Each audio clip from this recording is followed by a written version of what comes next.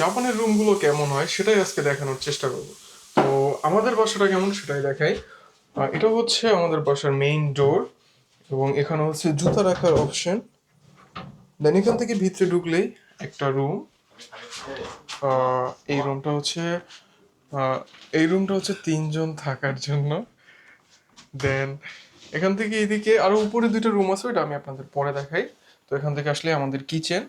কিচেনটা অনেক ছোট যদিও। তো এখানে রান্না চলছে কিচেনে, মুরগি, এবং এখানে ওভেন, এগুলো সবই বাসার সাথে ইনক্লুডেড থাকে। এবং এখান থেকে ওয়াশরুমে গেলে, জাপানের ওয়াশরুমগুলো একটু ব্যতিক্রম, সবকিছু অটোমেটিক হয়। এখানে এটা হিট সিস্টেম আছে, এখানে বসলেই গরম। অ্যান্ড ওয়াশের জন্য এই যে ভিতর থেকে একটা পাইপ থাকে, ওই পাইপের মাধ্যমে পানি আসে, কোনো জেড স্প্রে হয় না।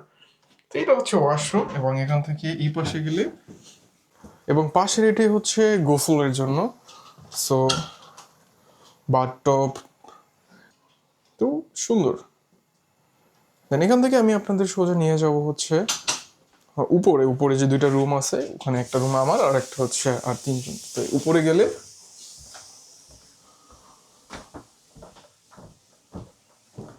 ওকে, উপরে হচ্ছে এখানে একটা সিঙ্গেল রুম, যদি রুমে এসি নেই বাট ফ্যান আছে। সিঙ্গেল সুন্দর একটা রুম, এটা আমার। যদি একটু অগোছালো, কারণ ক্লাস করে আসার পরে একটু ক্লান্ত।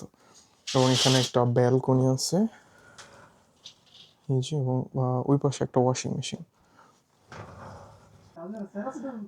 সো এখান থেকে পাশে আরেকটা রুম আছে, এই রুমে তিনজন থাকে।